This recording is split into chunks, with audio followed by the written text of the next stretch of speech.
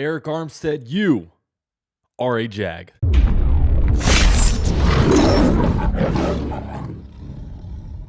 So, guys, going into this free agency, the second biggest need for me was interior defensive line help, with the number one need obviously being the center position because Luke Fortner is a bum. But the Jaguars got that one wrapped up before the tampering period even opened on Monday morning when they signed Mitch Morse to a brand new contract. So, the second biggest one for me was interior defensive line because, when you look at the position, what do the Jaguars really have? You have Roy Robertson-Harris, you have Devon Hamilton, you have like Tyler Lacey, you just got rid of Foley Fatukasi. What else do you really have there? And we saw the Jaguars at the end of last season get really bullied at the end of the season when it comes to just, the run game just not stopping anybody. And the Jaguars never had a pass rush from the interior the entire year. So what did the Jaguars do?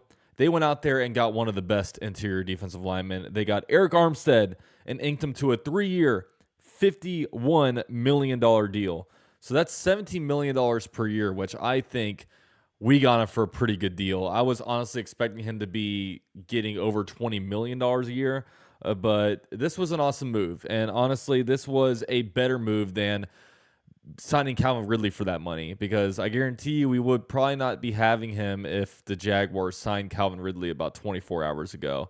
My main beef with the Calvin Ridley thing was I wanted him on the franchise tag so we could just rent him for a year, but nevertheless, we already talked about that yesterday. So with Arik Armstead, man, in 2023, 14.6% pass rush win percentage, which was 11th among defensive linemen. He also had 7 sacks in 12 games. Also, 58 pressures last year, which was 12th among eligible defensive tackles. So he had a pretty good year. And look, the third down pass rush is going to look like, Josh Allen, Trayvon Walker, Arik Armstead, and Devon Hamilton. A pretty good unit there. So you basically flip out Foley Fatukasi for Arik Armstead, who is just a beast at his position. And ironically enough, Trent Baalke actually did, draft him back in the day. So that's kind of an interesting tie. And people are saying Saxonville is back. One of the biggest defensive line moves the Jaguars have made since signing Calais Campbell, who was at a similar point in his career. I think Arik Armstead is a little bit younger than how old Calais Campbell was at the time. But nevertheless, still an awesome signing for, the Jacksonville Jaguars being able to bring him in here. And look, for me, free agency was all about the trenches. I wanted to make sure that we got at least one mega upgrade on the offensive line and defensive line.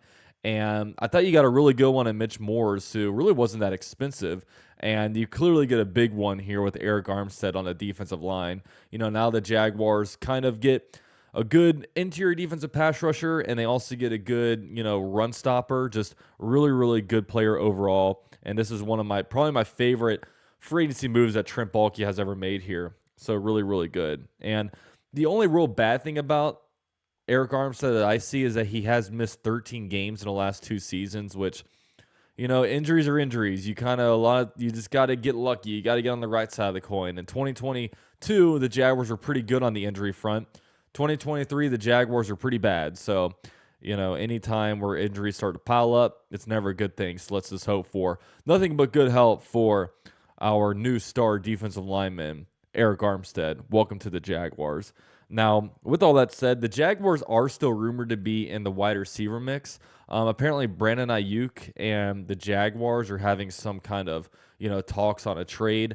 Now, Brandon Ayuk is going into the 4th year of his rookie deal, so I'm not sure if he's going to want to play on his rookie contract if he gets traded, or if you're going to have to rework your deal for him, next year. But we'll see.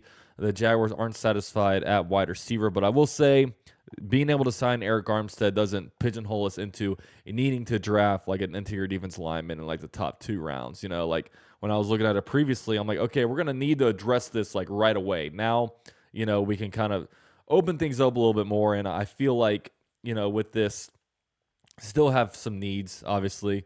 I think the main needs now are wide receiver, but I think that is the only wide receiver you need is like a big wide receiver 1, which that will be very, very hard to get in free agency. So that will most likely be like a draft thing, a backup edge rusher and a cornerback. Those are the main things. And of course, you need depth everywhere. You can never get enough depth. But with all that said, pretty cool stuff here. Pretty cool stuff here. Really, really glad we got this guy. This is a guy that, like, literally after Ridley got signed, I was like, all right, time to go after Arik Armstead now. And I'm really, really glad we got him. So, with all that said, let me know what you guys think of the signing.